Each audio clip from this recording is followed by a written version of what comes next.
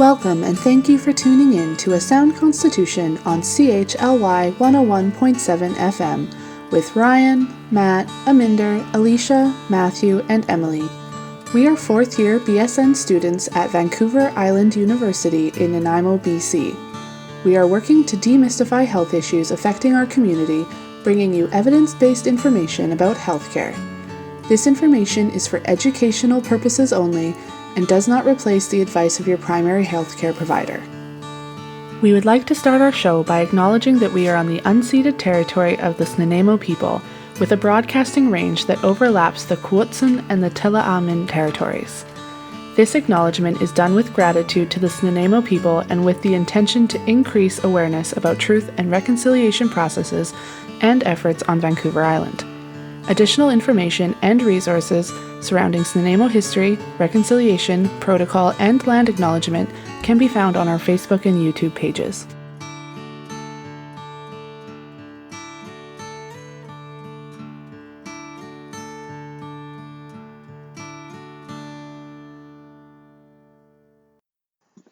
Hello, thank you for tuning in to A Sound Constitution today. You're listening to Matt and Emily. We are fourth year Bachelor of Science in Nursing students located in Nanaimo at Vancouver Island University in beautiful British Columbia. Today we're going to be continuing our theme of exploring how COVID has impacted people across their lifespan. And today's episode we're going to be looking at adults. And specifically when we say adults, we're looking at people that are roughly about 30 years old to 60, so quite a large range, kind of like our working class age range here. And the things that we're going to be looking at are going to be how this global health crisis, or really any global health crisis, has affected how that age group interacts and manages family matters, the challenges that have come up around housing, which was already kind of a difficult subject for some people, and now even more so, how employment has changed, and what being social looks like.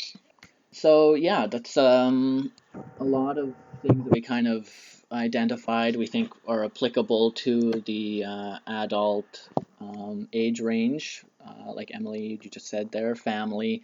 Starting out the conversation with looking at family and some of the issues that people deal with on a regular basis, sort of at the best of times, but then how COVID has made a lot of the challenges that people face there much greater. Yeah, I think too, like especially with family, because you also then we're talking about those younger kids and the high school kids, and a part of being in that family is managing all of that as well and how they're coping with it. So we won't really go into it too much here, but checking in on some of our episodes from the past weeks, I'd recommend that if it is applicable to you, because we're going to talk about some of the things in detail that pertain to those age groups. For sure, and I know I have some friends who've younger kids, and listening to their struggles with trying to get their kids to pay attention during school through Zoom right now has been incredibly challenging for them, as you can imagine if you ever met like a 3 to 5 year old and how much energy they have trying to convince them to sit in front of a screen and listen to school. It's incredibly difficult. Or even if they're in class, and then if they get ill, even just with a cold or a flu, like it was something, or like just a normal cold that you probably would have sent them to school with before. But now, now we need to look at that and go, well, maybe it's a cold, maybe it's not. And so you might end up with your kid being out of school for a week or more, until you can either confirm if it is a cold or if it isn't a cold, or what's going on with that. So that's another thing, because then you have that school-age child, then you're not able to work because somebody has to be home with that. Yeah, totally. So it's impacting your work schedule potentially a lot, and you have to be pretty flexible with that, which not everybody can be. And then also trying to teach your children about the social distancing rules and hand washing and like not sharing food, things like that, or not playing tag anymore in the playground. Like I can only imagine how difficult that would be as well for people. Or even, we'll talk about it a little bit later in the episode, but or like how things with like Halloween, how we're going to deal with that, or Christmas and such, or even just high school kids. Like when I was in high school, if my parents tried to say there was a pandemic going on or a global health emergency, you need to like limit who you hang out with, I was not the greatest at listening to my parents, and I probably would not have heeded that advice. So there's a lot of dynamic challenges that go into that, right? Yeah, totally. And I would definitely agree that I was in the same sort of situation. And I think, like, obviously we're really lucky where we are that the cases have been relatively low compared to other places in the world. But at the same time, having it sort of more removed, it makes it a little bit harder to recognize it as being a real thing, I think. Yeah, because it's not right there with you. And with these sorts of things, when you have a infectious disease that is so infectious, it's very easy for that to go sideways before you know it. Where the number of contacts and cases that have happened, by the time you're able to test for them, because they're not going to show up right away in the testing, you're kind of chasing a big boulder downhill. So by being proactive is kind of the important thing. But when you're being proactive, it's easy to kind of look out and be like, it's fine. It's safe out there. There's not a lot of cases. There's not a lot going on. So we can kind of just relax, right? It doesn't matter. Yeah. It's easy to get into that mindset. For sure. And then before you know it, the cases start going up, or you start running into more problems. And the contact tracing is a huge thing as well. And like just looking at that from a sort of theoretical framework, it can be pretty shocking when you start tracking how many people you come into contact with, and then look at how many they might come into contact with, and just seeing how the sort of bubble expands that way. Yeah, exactly. Because everybody that you interact with, everybody that you let into your bubble, it might seem like, oh, well, I'm only letting this person in. Who has that person seen, and then who has those people seen? And it's very easy for that to expand quite quickly into larger numbers. For sure. So it's about those, like, one of the things that like Bonnie Henry says a lot, and it comes up with the Ministry of Health for BC is we're talking about layers of protection. So one of the things, your bubble, who's in that bubble is a layer of protection. But then we also can't forget about things like the basics, like hand hygiene, social distancing, wearing masks, like all of those things. They're all layers that build on top of each other. Just breaking that chain of infection that we talked about earlier in nursing school, that is very relevant now. Yeah, because none of those things on their own are 100% effective.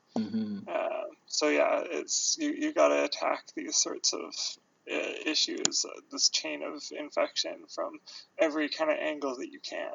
Yeah, and that sort of ties in a lot with the social connections that we were talking about as well, how people can maintain social connections and how important that is. We've talked about that a little bit in some of our other episodes as well.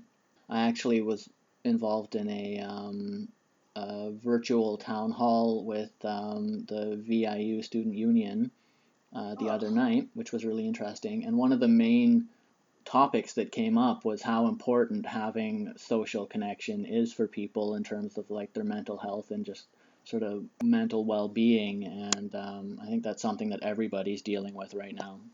Oh, 100%. And I think what I see a lot, like, especially in the kind of upper age range of this category, and not to stereotype anyone, but there is, I see, more struggles with technology. Like, it wasn't something that the people in that category kind of grew up with, right?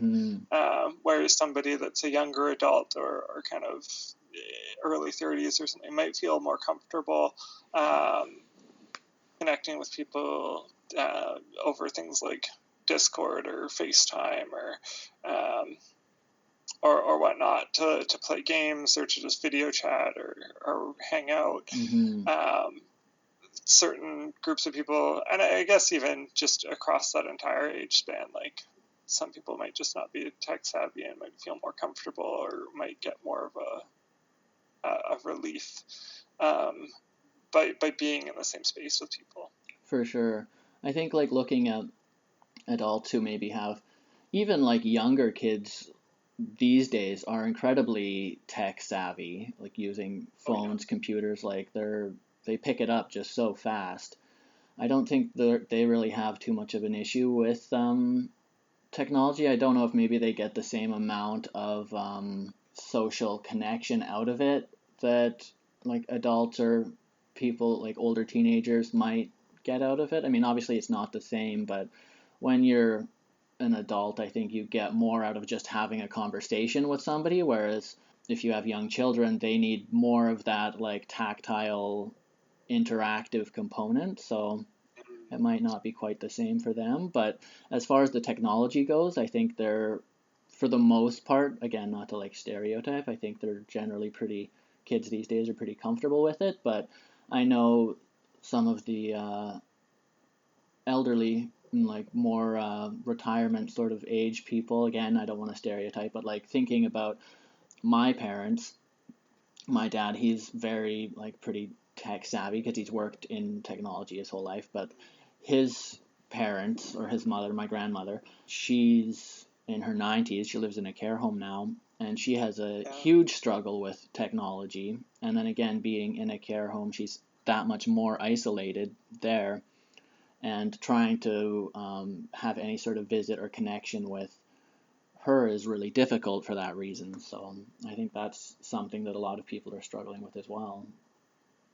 Yeah, that's a good point. Is reaching out into those other age categories, and I know too, like on the opposite side of that, like your dad sounds kind of tech savvy. My parents are not whatsoever, and so I think that they struggle with that a lot. Is maintaining social connections, and so they kind of outside of their bubble a little bit more and things like that because that's what they know. That's how they know how to be social, and it's also, as you mentioned, the online interaction doesn't work the same for some people. It doesn't kind of resolve that need for socialization. I think that whether a pandemic is going on or not, one of the things that we can do that's kind of nice is even just phoning people. Phone your parents, phone your grandparents. Most people feel comfortable with just a normal phone call. And I know that I'm personally really bad at that. And it might not be the same as sitting across the table and having dinner with them, but at least they kind of know that you're thinking about them and stuff, and that can really have a big effect on people. So for sure, if you're listening, as soon as this episode's done, go call your mom. Yeah, definitely.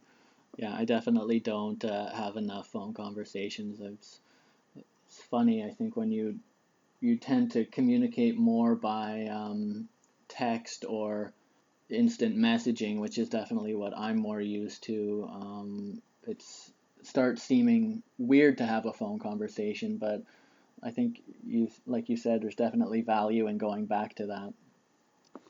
Absolutely, I think so too. And for those situations where you need that real world interaction with people, kind of going back to the Ministry of Health has really great, clear, sort of laid out guidelines for how to kind of do that safely, and we'll have links to that on our Facebook. But so yeah, like limiting the number of people in your bubble, like we mentioned before, being aware that you're connecting with everybody in that bubble. And then for people that are outside of that, you can still kind of get together with them, but try to do it in smaller groups, like 2 or 6 people, and maintain that social distance, use masks.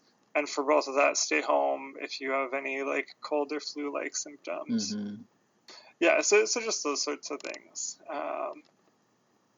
And yeah, I think the other thing that we can kind of touch on with that too is we are in the holiday season, right? Yeah, which is a big thing. Like that's a very social time, even like Thanksgiving and then especially Christmas. Very social times, like lots of family get-togethers and that sort of thing. So it's going to be challenging for a lot of people to maybe not have that same level of social interaction that they're used to with those holidays. Yeah, absolutely. And we'll also have a link to this. Throwing out all the resources now. There's the BC CDC has, again, really good rundown of how to set up these gatherings. So like sticking to your 6 people that are kind of in your bubble is one of them. Checking in with guests to see how they're feeling before they arrive. Mm-hmm. And either do things outside if possible, although things are getting colder now. So, trying to be in larger rooms where you can kind of keep more space, Mm-hmm. and spaces that are well ventilated and have fresh air coming in. Serving food instead of having people go up to the food and serve it themselves. I just think of like those long like banquet castle tables that are like super long, and you have like one person at each end and maybe a couple of people in the middle. If you can fit one of those in my house, let's do that. We'll have Christmas together. We need to bring those back, I think. Yeah, I agree. But it's also, the housing is hard enough as it is at the moment, so having space to keep that big of a table might be difficult. Yeah, to set up some like outdoor tents all back to back or something like that. I know in the summertime I would see some like social groups around at some of the different parks and stuff, and they'd have like their lawn chairs set up, and they'd all be spaced out like 6 feet apart and all wearing masks and everything, but they were making it work, and they were still getting that visit in and getting kind of the support that they needed in a way that was safe. So I mean, good for them for managing to do that. Yeah, absolutely. Because you need that. You need that reprieve, but you need to be safe when you're doing it. Mm-hmm. Not just for yourself and not just for people who are in your life that might be vulnerable, but controlling the caseload has so many positive benefits, like on our healthcare staff and on people who need access to non-urgent healthcare services. Mm-hmm. Like surgeries or endoscopies, MRIs, things like that, things that are not emergent, but we really should be doing, because by not doing those preventative things, we can end up with kind of excess mortality, which is what we've kind of seen when we've had to close off some of the hospital services. So all of these things that we're doing to keep each other safe really does affect that. So kind of thinking at the bigger picture, which is hard to do sometimes, but yeah. For sure. Like I think the whole healthcare system, even like talking about diagnostics and like lab stuff, I think all of that is pretty bogged down right now. And you have to think as well that it's not just the extra amount of strain put on the healthcare system from people who are sick, but the healthcare system itself is affected by people who are sick and might not be able to show up to work, or have sick family members that they need to stay home and take care of, or like we were talking about earlier, they have kids that they need to take care of, so they can't be at work. So they're operating with a higher workload and potentially less staff. So everything is it's a whole interrelated sort of chain that's affected, right? It's not just a few things. Yeah, absolutely. And yeah, so that kind of ties in with work as well, which we were going to talk about a little bit as well, how work's been affected, especially, well, pretty much everywhere, but like tourism and a lot of small local businesses have been hugely affected, as we talked about with people having kids having to stay home to look after them, but also just with the social distancing restrictions and all of that. Yeah, the social distance restrictions, or just things that the industries that really just aren't being utilized as much. Like I personally know people that have been affected that work in either aviation or like tourism. Tourism, yeah, the word that I'm looking for, and it's escaping my mind at the moment. Travel agents. Oh yeah. Travel agents, right? So things that maybe we might not think about as much, but people aren't traveling, people aren't going to these places as much. So smaller businesses are affected by that. We're not getting cruise ships, which is really huge for people down in Victoria and even in Nanaimo to some extent. Yeah, and it's interesting. So I think that oh, sorry, man. Oh, that's okay. I was just going to say it's interesting how there's like kind of a bit of a dichotomy going on, because here in BC, where tourism is such a big industry, all the local people who live here who normally travel elsewhere now aren't able to, so they're traveling around BC, whereas normally it's people from out of province or out of country who are coming to BC. And I think some industries have been doing all right with just having more of the local people, like at campgrounds and stuff like that. But as a whole, I think the tourism industry has been really hit quite hard by not having the same level of out of province or out of country tourists. Yeah. Well, and even, restrictions on, how many people can be in a store or eat at a restaurant. The capacity restrictions make a difference. Restrictions around bars and such, so people that are, bartending or owning bars, has been really difficult, as those have been kind of traced back to a lot of hotspots. So we kind of balanced out the risk of having them open, and that didn't work very well, right? So no, but it is interesting. The people that are in that industry. Yeah. It's interesting how some of those places have gotten creative. Like there's quite a few local breweries who are making hand sanitizer. Which, I didn't know that, actually. Yeah, you can get like local craft hand sanitizer made from some of the local breweries on the island, which is pretty cool, actually. That's super cool. That's a great business idea, and at the same time, it's also helpful because those things are hard to keep in supply, alcohol-based hand sanitizer. But yeah, I didn't know that. Wow, okay, I learned something new here today. Yeah. I know one industry that's been really hit quite hard is local music artists, because they don't have the same you can't go to bars or like local places where they used to go to perform. That's not happening anymore, and all of the summer concerts that used to go on, those all been canceled. So I don't really know what options are available for them, but I know they're struggling. So yeah, I think that's a hard thing. I mean, there are some things that I could think of, trying to be, if that's something that you would typically be doing, and maybe there's local musicians that you already know of, a lot of them are on websites like Twitter and Bandcamp, where they'll have ways that they can be supported. I don't know if that'll ever kind of match what they might have been making before, but, doing what we can as a community to take care of people. But of course, there's limits to that, because everybody, to an extent, is probably feeling a bit of a crunch from employment to some extent.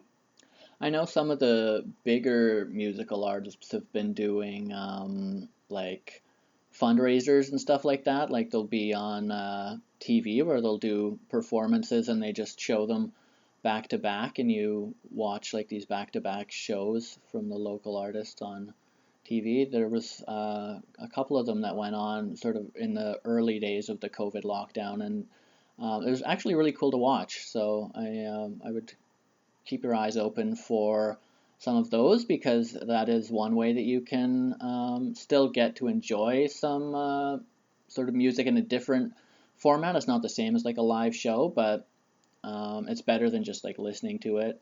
And you're also supporting those artists, and it's going to a good cause because it's a fundraiser. So something to watch for. Yeah, absolutely. Definitely good things to watch for.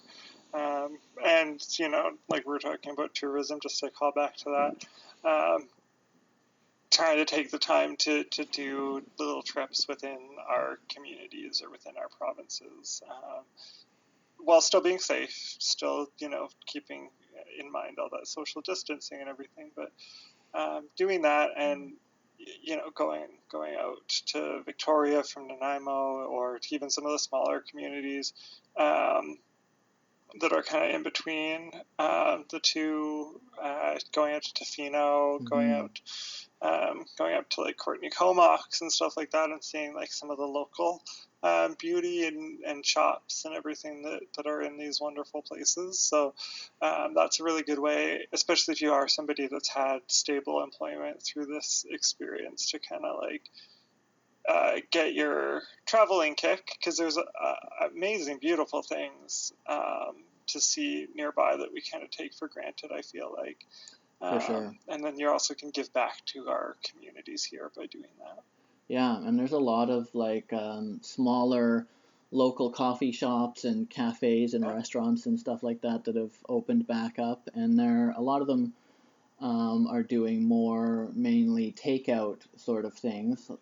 Some of the smaller places really struggle with being able to facilitate the social distancing, so they're not open for like eat in. But if you can check out a lot of those places and support them, they really benefit from the business, and it's putting the money back into our local communities, which makes a big difference, I think. Yeah, absolutely. Doing the takeout is a good option. Delivery also works well. I'd say with delivery, though, if you take a look, some places will do their own delivery, and sometimes it'll be a bit cheaper than some of the delivery apps out there. Or if you go and do takeout, they'll even give you a little bit of a discount. But yeah, supporting our restaurants, supporting these industries. Maybe you can't go out to your favorite restaurant on date night. Maybe you can order in and watch a movie and have a different kind of date night. For sure. I think it's really testing a lot of people to sort of change what they're used to and get creative, but as long as you're able to kind of think outside the box a little bit and obviously still work within the guidelines to be safe, there are a lot of options out there, right? Yeah, it's just kind of knowing where to look and where to find those things. And again, the BC CDC and the BC Ministry of Health websites actually have a lot of good like general ways that apply throughout the province as to how you can do those things, how you can be social, support your community, and also be safe. Thank you again for tuning in to A Sound Constitution today on CHLY 101.7 FM. If you're just joining us now, you're listening to Matt and Emily. We're fourth-year Bachelor of Science in Nursing students at Vancouver Island University in Nanaimo. We're exploring the ways that COVID-19 has impacted adults in a variety of ways, including family relationships, work and housing, as well as social relationships. Thank you for listening to us today. We really appreciate you tuning into our show. Now we're going to have a listen to an interview that I had with a friend of mine, Justin from Vancouver. He's a business owner and homeowner there, and he's here to share some of his thoughts surrounding coronavirus and how it's impacted him. So let's have a listen. Hope you enjoy. Hi, Justin. Thank you very much for joining us today on A Sound Constitution. We appreciate you taking the time to have this interview with us.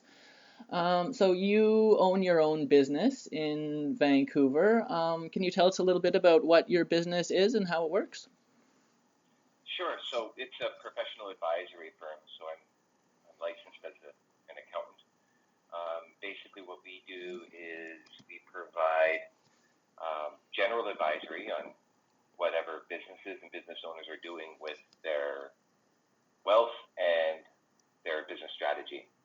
And specifically, what we can do, we can help them with wealth management strategies, evaluating investment opportunities. We help them with structuring their business, tax structuring. We help them with debt and equity solutions. So basically what we do is we link the wealth of a business owner to the wealth of their business. And oftentimes people are kind of overexposed to their business, right? So say, for example, Matt, you went out, you scrimped, you saved, you took a huge risk, and you bought a coffee shop, right? Thing was like $300,000. Expensive, right? Mm-hmm. And you know, maybe you saved 150 and you borrowed 150 from BDC. Some years later, you've got 3 or 4 coffee shops, right? Now you're worth maybe you're worth a couple $1 million now, right? Mm-hmm. And all of your wealth is in those businesses. COVID hits, right? Wipes you out. And you're like, well, what did I just do for the last 15 years, right? Yeah. Well, that's because you've tied the majority of your wealth to a single sector, a single industry, a single business. Mm-hmm. You never bother to diversify yourself away from your own business, right? Warren Buffett has a famous saying, 10% of your wealth should never be in more than one thing. Right. And you should never have you should always have more than one income stream. Mm-hmm. So these are the sorts of things that we talk to business owners about, and that's really the purpose of the firm. Right. Debt, equity, financial strategy, business strategy, wealth management. And so do you deal with businesses of all different sizes, like smaller local places right up to big international businesses? I think the biggest business we've worked with would be Hatch Limited, and that was on project finance. So they manage about $60 billion worth of major construction and infrastructure projects around the world, and they have a workforce of about 11,000 engineers deployed globally. That's the biggest business we've worked with. The smallest business was, it was more of a coaching thing, but a young Aboriginal lady up in Burns Lake who started a coffee company called All Nations Coffee. And, you know, that's the smallest. So we've really worked everywhere. Yeah. But our sweet spot is sort of $5 to $50 million. Okay. That's where we find we can make the most impact, or a positive impact, on business owners, their families, and their employees. Yeah. So how has your business been impacted by COVID-19, and how do you think it's impacted some of the other businesses that you've been working with? So for us, the first, I'd say 4 months of the year were really, really, really tough. Mm-hmm. You know, a lot of clients just didn't pay their bills. Right. Meanwhile, you know, I'm sort of like I'm not what you would call like a Kevin O'Leary type business owner. Yeah. So I sort of operate business from a moral perspective. Mm-hmm. I felt it was important to try to keep my employees there as long as I could, even if it cost me a lot of money. Mm-hmm. That's what I did. I continued to pay, you know, office rent. I continued to pay people. And yeah, I started to sweat. You know, come April, I was still owed a lot of money from clients, but you know, I had to put some of my guys on a furlough scheme so that they could collect EI. Yeah. But other words, I tried my best to keep the ship intact. So that's what happened. Now it's paid off. I've got all my people. Right. Well, that's good. Yeah. Right? So if I had just done the ruthless thing, fired everyone, closed the shop, right now I'd have nothing. Right. So paid off. You know, that's kind of how it impacted me. Yeah. The businesses that I work with, it depends on their sector. The guys in real estate, they seem to be doing okay. People in services, not so good. I have a good client. They're called Blends Coffee. Oh, yeah. Maybe. Yeah. Yeah, they're a franchise, about 60 stores. A lot of their franchises are hurt. Right. Pretty bad. So, yeah, it really really depends on the sector you're in. Yeah, and how kind of tied into that one sector you are with your business, and how much kind of wiggle room you've got, I guess, financially. Exactly. Yeah, exactly. So, it's really a batter shot. The government programs, CERB, the rent deferral program, mortgage deferral programs, those all helped. I guess you could call them fixed asset businesses. Like if you're a farmer, you got tractors, or you have rental real estate, or you deal with financial products. Like these things all kind of survived pretty well because that money was kept in the system. Yeah. It allowed people to continue and work, right? The guys, like I said, who got hammered, hotels, airlines, restaurants, those people got really, really hurt because there was nothing there to save them. Yeah, a lot of like the more sort of tourism related industries and stuff like that. Yeah. Food, beverage, service. Yeah. I was reading a statistic earlier that many of the smaller businesses, potentially up to 35 to 40%, according to some estimates, may close as a result of the coronavirus lockdown. So do you think that individuals supporting local businesses is enough to keep them going, or do we need more support from the government? And if so, is there anything in particular that you think would help? Oh, that's a really big policy question. Personally, I think the food and beverage sector could definitely use some support, some government support, some very targeted support. And it may not need to necessarily be, covering their rent or covering their mortgage. That's not necessarily what's killing them. What's killing them is a lack of customers, right? People just aren't going out.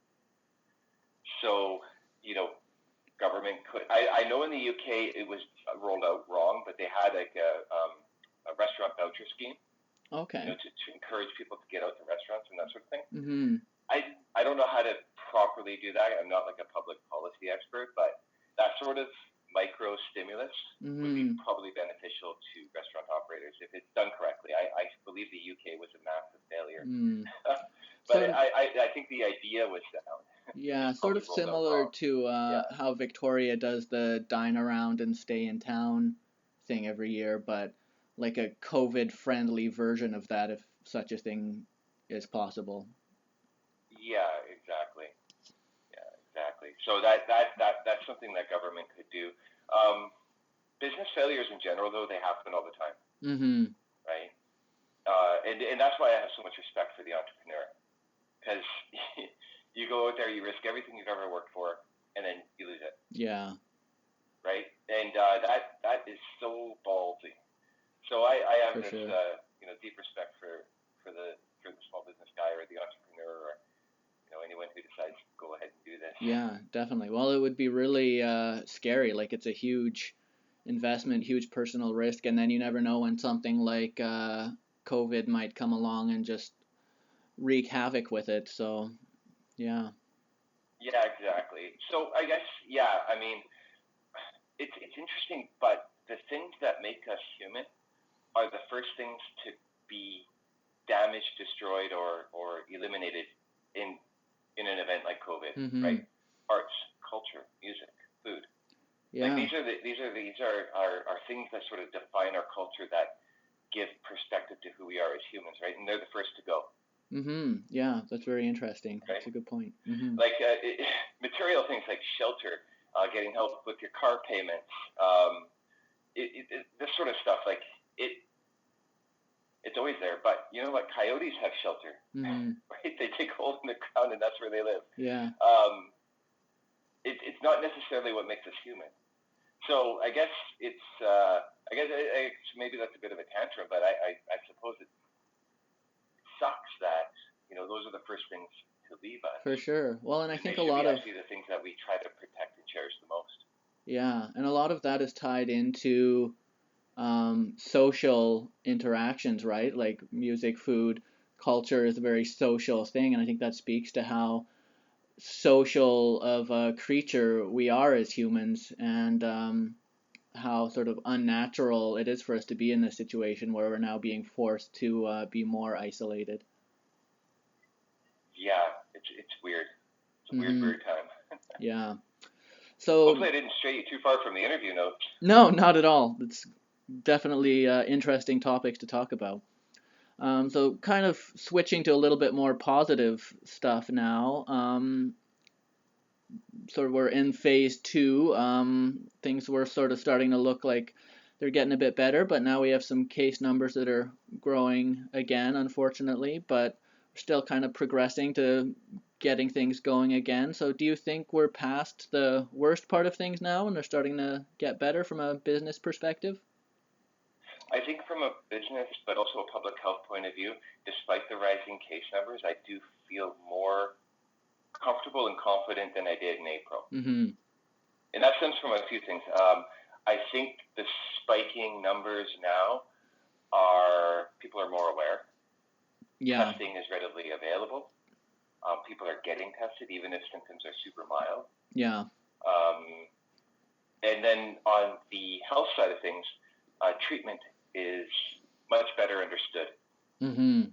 Right? Whether that's the cocktail of drugs that people are given, or how they're treated in ICU, or how, or when ventilators are applied, for example.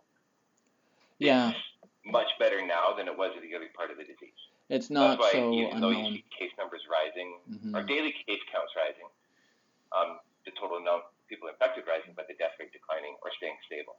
Yeah.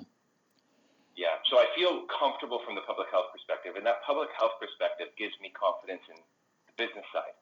Right. Because I don't see. I think that's what the provincial health officer is looking at. I think that's what Dr. Bonnie Henry is looking at. Not so much what's happening with the total counts. Of course, she keeps an eye on that, and she talked about possibly putting some restrictions back on. Mm-hmm. But it's that how are we doing with people who are extremely sick and those dying? Yeah. Right. And what do those numbers look like? And then that makes me think, okay, she must be somewhat satisfied to be only talking about these minor, adjustments. That gives me confidence as a business owner that For sure. They're not going to do something radical like shut everything down again. Yeah. Yeah, because something radical like that, shutting everything down, would really kill a lot of business. For probably sure. Even including mine. Right. And that's what really I was. just like kind of recovering, right? Like if I got hit again, I don't know if I could make it. I probably couldn't. Right. Yeah. And that's, I think, something really important that people take into consideration when looking at like potentially doing another lockdown. Like, it was hard enough the first time, but to do it again would be so damaging to so many people's livelihoods. Right, livelihoods and their mental, their emotional health, lots of stuff. Right, it's I suppose if you're sitting in a secure job, it's easy to cast stones and say, you know what, I don't care. These guys are business people. They're crooked, or they deserve it, or their business is weak anyways. Right, they're casting stones from the position of a safe job. Yeah. And then their employer goes out of business, and they lose their job. Right. Yeah. It's hard for people to reconcile the linkage between the entrepreneur and their own job security. For sure. But it's directly linked. It's directly linked. So even if you work for a large organization, small businesses, service providers to that large organization start going out of business, your big company's going to start trimming too. Right. Yeah. It's all interconnected. It really is, yeah. Just like any ecosystem. Yeah. The financial system is an ecosystem unto itself. A little bit earlier in our episode, we were talking about the housing market and how that's kind of impacted people, because that's a large concern for a lot of people, especially in our part of the world where rent and mortgages and whatnot are fairly expensive. It seems like while the housing market was initially impacted by COVID, it seems to have kind of gotten a bit better. And you own a house in Vancouver and one on the island, is that right? Yeah, and a couple. Right. Yeah, in the Lower Mainland, and we have one Oh, on the okay. island, yes. So would you say that the housing market's kind of recovered in your experience then? I think it's very pocketed. So there's areas that are very soft, right? Like the luxury real estate market in Vancouver, it's very soft. But if it's a home that's, say, under $1 million, it can sell in hours. Right. So there's still a lot of movement. And I mean, it's very complicating, and we could probably spend an hour just talking about how all of that works. Yeah. But in terms of how COVID has impacted the market, we won't know for years to come. Right. Yeah, we won't know for years to come, especially on the rental side. So, yeah, single-family homes, I mean, they've been supported by government through mortgage deferral, right? So basically, the federal government has said, okay, look, we'll have a bank stabilization fund. Banks feel free to defer mortgages. We'll make sure that your balance sheet is liquid. So banks feel safe. People can defer their mortgage. All is pretty, right? Yeah. But on the rental side, there's been a lot of government engineering. And not just during COVID, but prior to COVID, right? And we won't really know the effect going forward, right? And I don't think it'll be extreme one way or the other, but there will be some kind of impact, right? Yeah. It's not so for rental, right? There was caps on rent, right? Rent freezes, and there are various forms of taxation on real estate. So on one hand, right, those taxations, the speculation tax in Vancouver and empty homes tax, those are great because they put rental stock on the market, but it's all existing, right? Right. Rental freezes, they can assist current tenants, but they hurt new tenants and tenants in the long term. And the reason why it hurts them is because when I'm approaching a bank and they're like, okay, you want to do a rental project, they'll say, rental freezes probably for 2 years. That's going to hurt your pro forma. So your debt coverage ratio needs to be X. We need you to put this much equity in, right? And then you might be like, well, after the 2 years, it's going to be better. And they would say, yeah, but we want you to be making debt payments during the most dangerous part of your rental building's existence, which is the first 2 years. Right. As you're stabilizing the property. So then the guy looks at it, he says, okay, well, if I have to put that much equity in, I need more investors. The return is going to suck because the more money I put in, the less debt I have on it. Right. Lower my return, right? Because you're just making money on top of your own money versus money on top of others. So your return sucks, cash flow is weak. You're just like, you know what, I'm just going to build a condo project instead. Right? So these sorts of things really hurt the rental market in the long term. But that is not to be taken in an extreme context. I don't mean to say that no rental is going to be built. I'm just saying that some projects that were on the edge of whether should we do rental, should we do market condo, well, those are all going to switch to market condo. I know because I've advised on 8 projects that went from market rental to market condo in the last 19 months. Right. Probably 925 units that would have been rental are now market condos. Right. Interesting. So that's 925 rental homes that are not going to be available for people. Right. Starting from 2021 to 2023. And that's just my experience. I run a small advisory firm. I don't know what the broader impact has been more generally. Yeah. So I do not want to sound alarmist because there's a lot of purpose-built rental out there. Guys are doing it absolutely 100%. I think Burnaby's got something like 4,600 units coming online. Right. I just read in an article. So I mean, I don't mean to sound alarmist, but I'm just saying that it does hurt. Yeah. Right? So that's what I'm seeing kind of coming out of COVID and pre-COVID on the rental side. Interesting. Do you think that governments should be more or less involved in regulating that sort of thing like rentals and the housing market? More. More? Okay, but hear me out.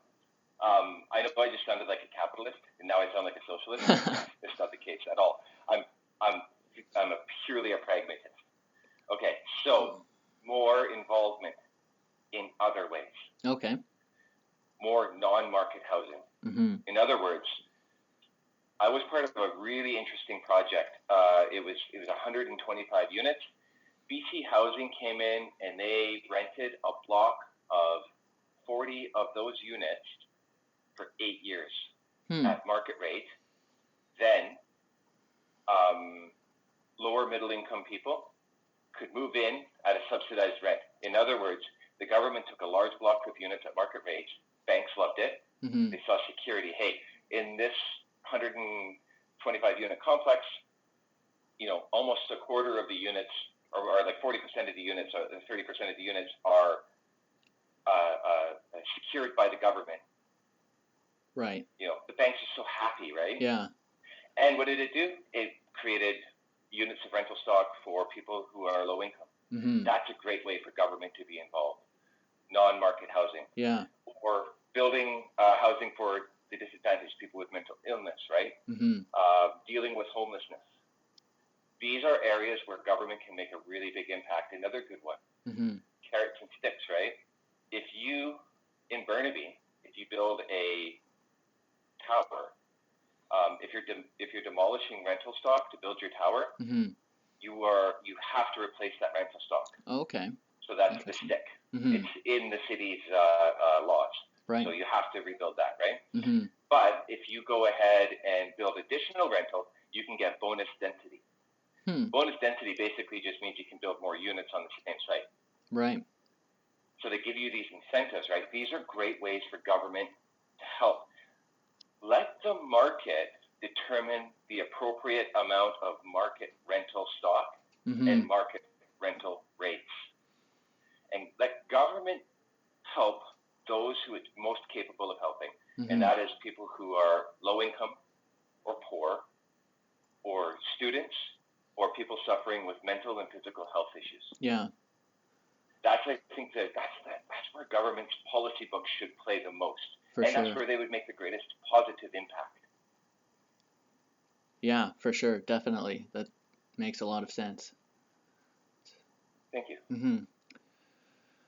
Well, thank you very much for sharing all of that. That's really great. We're getting a little bit low on time, but before we wrap up, is there anything else that you would like to add or discuss on the show? Well, I think just keep in mind that we're just getting through an election, right? Provincially, municipalities are struggling with ideas on how to deal with housing issues, how to deal with COVID. I'm pretty sure the provincial NDP is taking this election, right? So their ideas have been out for judgment, right? And their ideas will be what kind of governs the way forward for the province. The federal government has just, kind of gotten by on a vote of non-confidence with the support of some opposition parties. And we're not going to have any elections there. But the whole political process and how government is involved in COVID and in housing, it's really important for all of us to pay very close attention and to contribute our ideas, whatever those ideas may be, right? Yeah. I was just describing to you about the carrots and sticks to get more rental stock built and where government can, best contribute. I mean, those ideas, they were born of, private sector consultation and really innovative public policy coming out of governments, right? And the only reason why those things kind of come to be is that voters are paying attention, people are paying attention, and they're contributing their thoughts. So I just say, for you guys, however you can be involved in the political process to help shape this policy, you should do so. That's my kind of final thoughts. Yeah, for sure. Definitely very, very good advice. Hey, no problem. Well, thanks so much for having me, Matt. If there's anything else you need, feel free to give me a shout anytime. For sure. Awesome. Well, thank you so much for joining us, and really appreciate it. Hey, no problem, buddy. Have a good day. Take care. Bye. thank you for joining us today on A Sound Constitution at CHLY 101.7 FM. You've been listening to Matt and Emily. We're fourth-year Bachelor of Science in Nursing students at Vancouver Island University. We've been talking today about how the global health pandemic has been impacting adults and how people have been coping with things like housing, with work, and social connection. And we really appreciate you listening to us today. Thank you for listening today. Join us next week where we're going to talk about how seniors have been affected by this global health crisis that we are in. Are you concerned about how COVID-19 has affected people throughout their lifespan? Come listen to us every Thursday from 2 p.m. to 3 p.m. only on Sound Constitution.